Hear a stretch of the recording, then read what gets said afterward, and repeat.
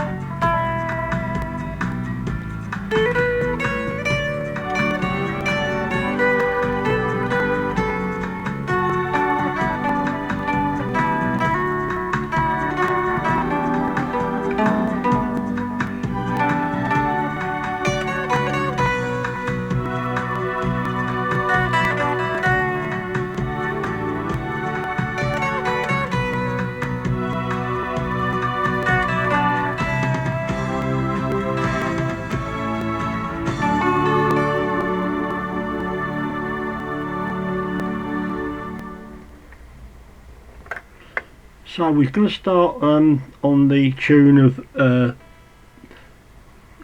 Theme for Young Lovers. It's in the key of D.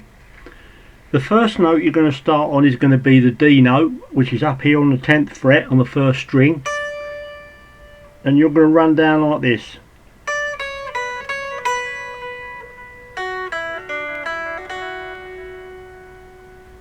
So that takes in the first three strings. I'll do it again slowly.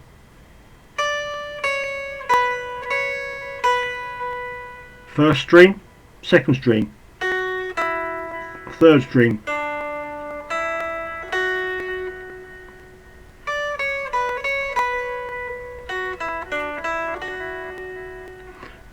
but significantly this, when you listen to the backing track, you'll hear the counting and after the counting there's a little pause, and in that pause you've got to start the tune at the 10th fret on the D string. To illustrate that, I'll just play the backing track, the first part of the backing track, and you'll see what I mean.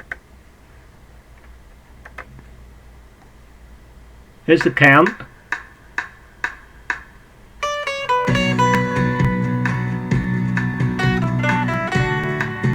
Again.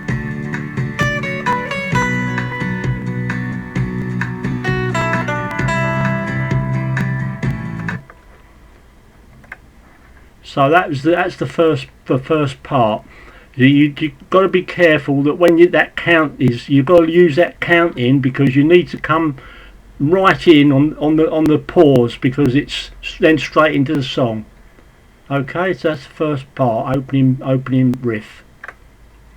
Now, fortunately for us, trying to learn or play this tune, the actual notes do fall under the fingers to a certain extent, and it will start off on the open A string, which is this one, the fifth one, and then the second note is going to be the B there on the second string,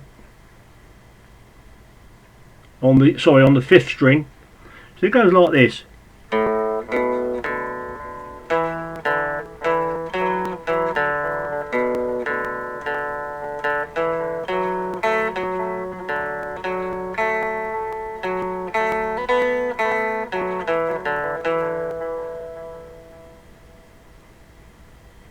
That's the first part of the tune.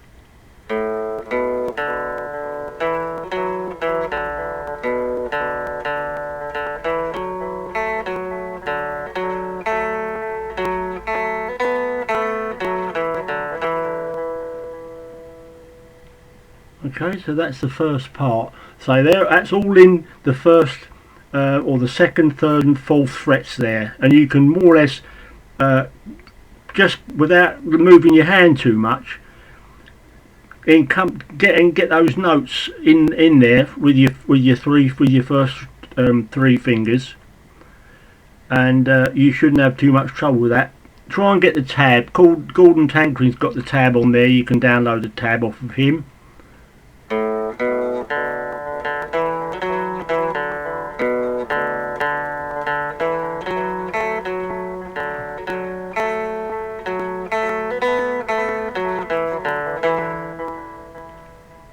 That's the first part of the song. Well, actually, playing through that again, I notice I'm only using two fingers, the first and third one, and this prevails in the next part where you just move it all the way across again. So you know you've done the first bit, and then you're gonna start with the first finger on the A string, which is on the A note, which is the third string, second fret.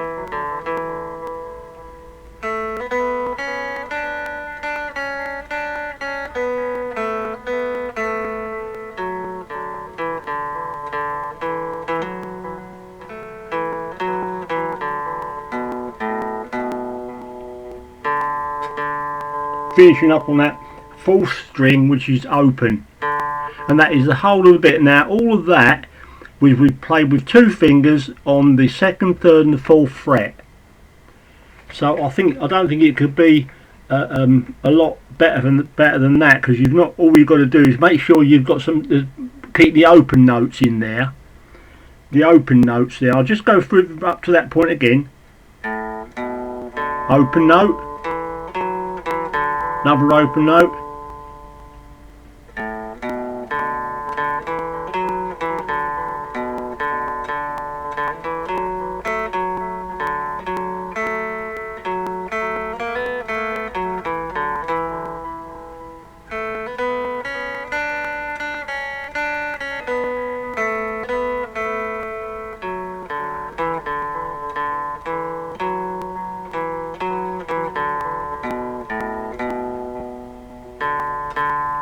finishing on that open D. Now, yeah, I say I wasn't able to shout all those notes out there because I couldn't play them and shout them out at the same time. But you could see, you could hear the open notes. As you start to play and learn the tune, you'll find that they'll all fall under the fingers in those three frets there, second, third, and fourth. So that is repeated twice, and then it goes on to a nice little bit for the next part, which I'll show you now. So this section is got a nice little melody to it, and it involves playing passages of two notes together. So first of all, you're going to play two open A notes like this.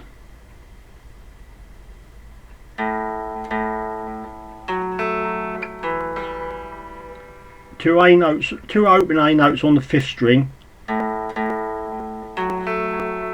and then you're playing the 2nd fret of the 3rd string, and also you're playing the 4th fret of the 4th string together.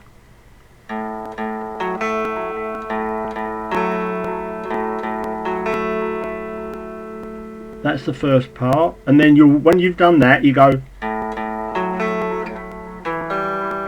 and then what you're playing then is you're playing the E note, which is the 2nd fret, 4th string, with the open note of the 3rd string, which is G. So that first bit's like this.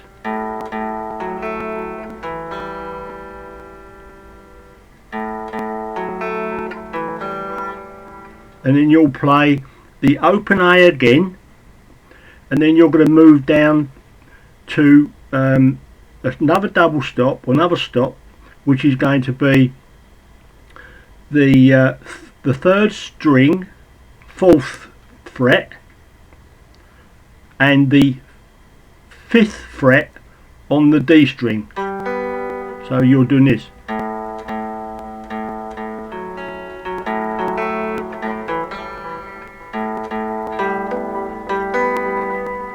Those two there, look, and then down to the 2 and the 4 again that you played in the first part.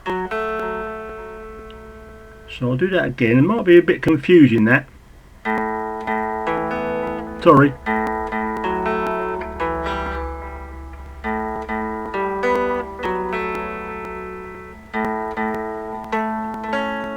Then you're up. Then the next, so you're still playing the open A note, twice on the open A note each time.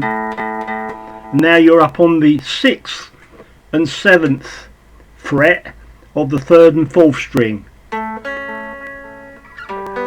and run it down to the 4th and 5th on the same string. Just run it down. Don't take your fingers off.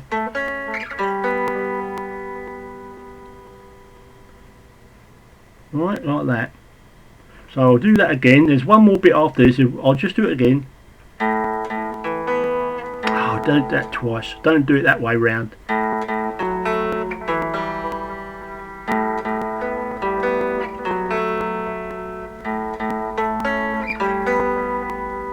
And then the last part is twice on the 6th and 7th, and ending up on the 5th string at the 9th fret. That's a bit. It's quite tricky to play slow. I mean, once you get into the flow of it, it'll go okay.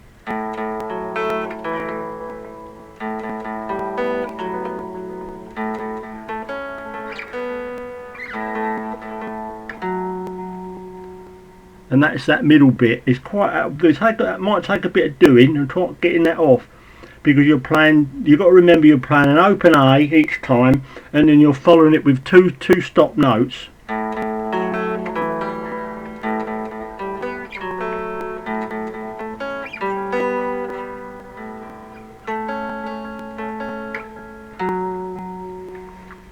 So each time you've got to got to maintain that open A figure there. But when you come up to the last two of the 6 and 7, you don't use the A. You're just playing those two together. But you're doing them quicker. You know, once you get up to the speed of the tune, you'll find you'll do those quicker. So if I don't know if I can do it up to speed.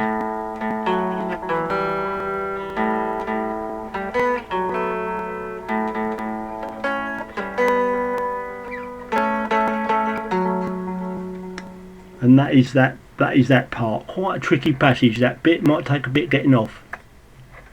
Okay, the next part, you're going more or less back to the beginning riff again, with a slight difference. I'll try and do it slowly.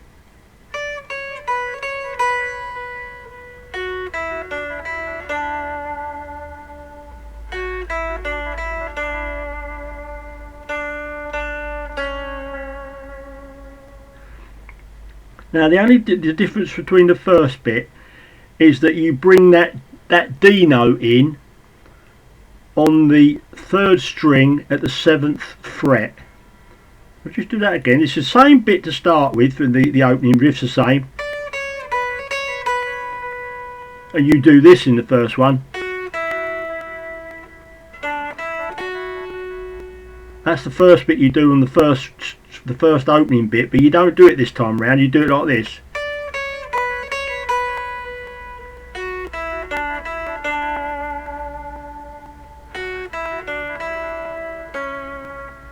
Do it again.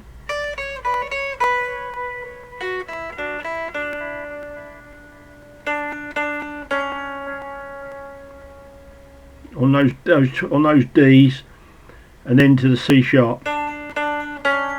Ended up on the C sharp. Do it again.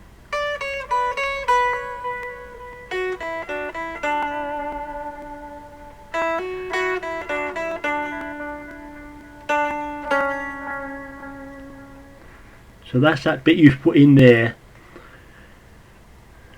I think you'll be able to notice the difference there when you come to it. But the next bit is going to be a particularly challenging part, I think.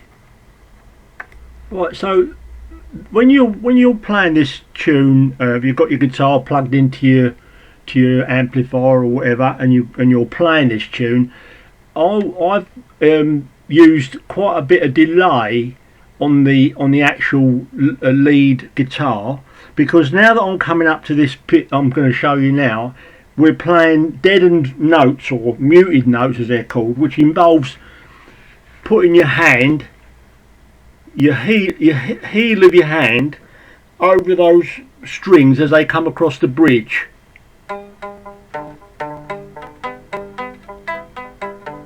Which you'll be making them muted. Now that is, I mean, it's a particularly difficult discipline, that is, to do that. But anyway, what you'll be doing, you'll be putting your hand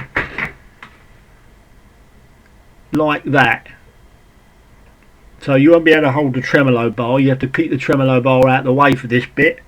So you're ready and waiting to do your muted notes. Now, when it comes to the muted notes, you're going through the tune, really, virtually going through the tune, but you're starting on the A note, which you did already when you started the tune on the bass strings. You're starting the A note, which is at the 7th fret, 4th string, and you're going to do this.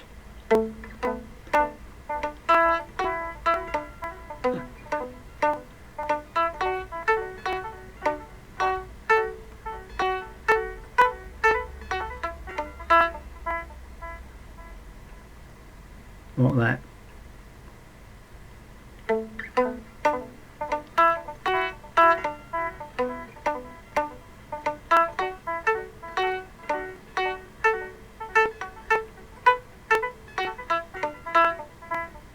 Ending up on that E note on the 2nd string at the 5th fret.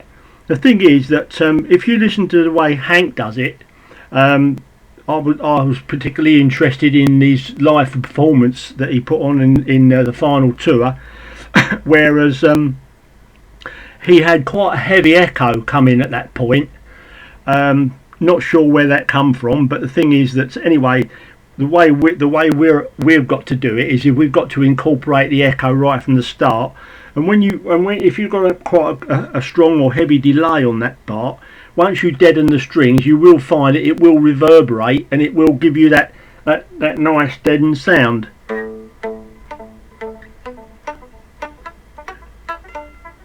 You can hear it reverberating there, but that's basically what you've got to do. I mean, it might take a bit of doing to get that get those deadened notes. I mean, to be honest, if you wanted to do it without the deadened notes, it's up to you. But it's just that it just breaks the tune up a bit by having the deadened notes. I think that's why it was done. But you could just do it ordinarily if you wanted to.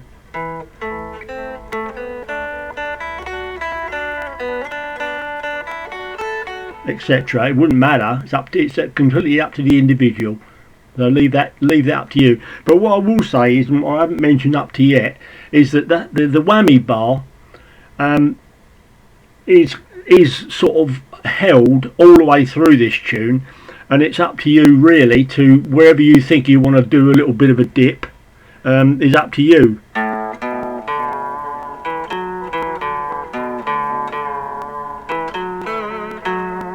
You can it's up for you however you want to play it. You can put the tremolo or the whammy bar into play whenever you want to, just to accentuate a note like Hank does. If you want to do it the way Hank does it, just watch the way he plays it on the final tour version, and you'll find that he dips it on to accentuate the individual notes. But it's just his feeling as he's doing it, which was something you'll probably have to pick up yourself at some point. But anyway, I've not showing you this. I've not purposely not used the whammy bar because it's only going to be confusing. So anyway, that's that part, and we're going into the final phase now. Right, once again we're sort of tune bound, if you like, is what I call it. But now we're up at the 10th fret, and we're going to start with the A note. Like that, and we're going to do this.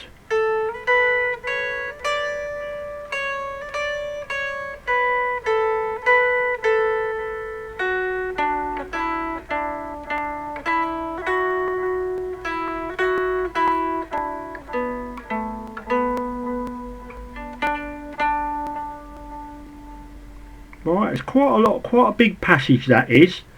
But it's basically the tune the main tune played in another octave. I'll do it again slowly. It's difficult to play it slow, to be honest.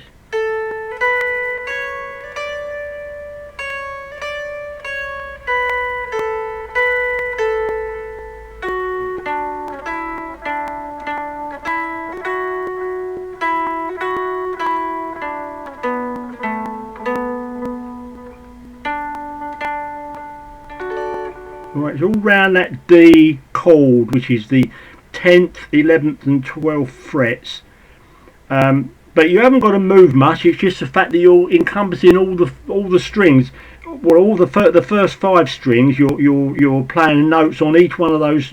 So it's quite a difficult passage, but it's nothing you haven't learnt already. You're just playing it in a different place. Right, so that's that bit, and now we're leading into the actual last few bars. So hopefully you got that bit.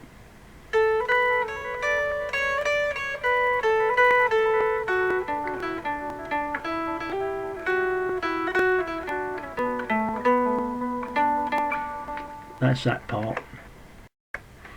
So the final phase, you've come out of that last little part around the 10th fret. Now you're going to more or less play what you started with, and you're sort of kind of like finishing as you started virtually. So it goes down like this.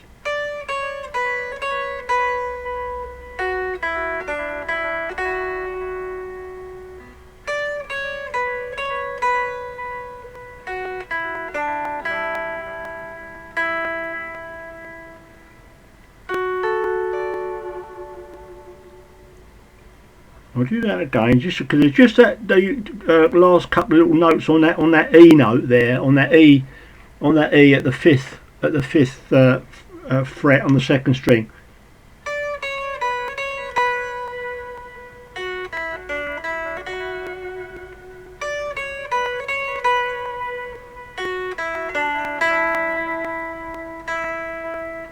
and then your D chord right up here. The D chord, and you put the whammy in if you want to there.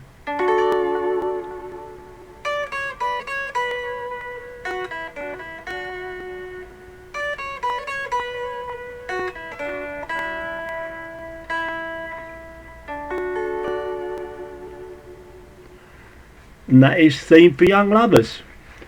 So, I mean, don't think that I've played it exactly the same as the record, because I haven't. I mean, it's probably different. Probably Hank plays it in different positions to me, but it's just that I've felt that it sounded all right in where I was doing it. You've got all the tools there to sort this tune out and to make it a good one for yourselves, and it's a nice tune to play. The backing track's good, and it's all got everything going for you there. So have a go at it, and I think you'll find you'll have fun playing it. Nothing too majorly difficult with it, but it will probably take a little while to get it off. So persevere, don't give up, persevere. Keep watching the video if you're not sure, and you'll find that after a while, if you've not experienced this tune before, you'll get it off okay. No worries, just keep persevering. Okay, that's what it's all about, and I'll see you later. Thanks very much indeed for your time and watching, and we'll put something else up later on.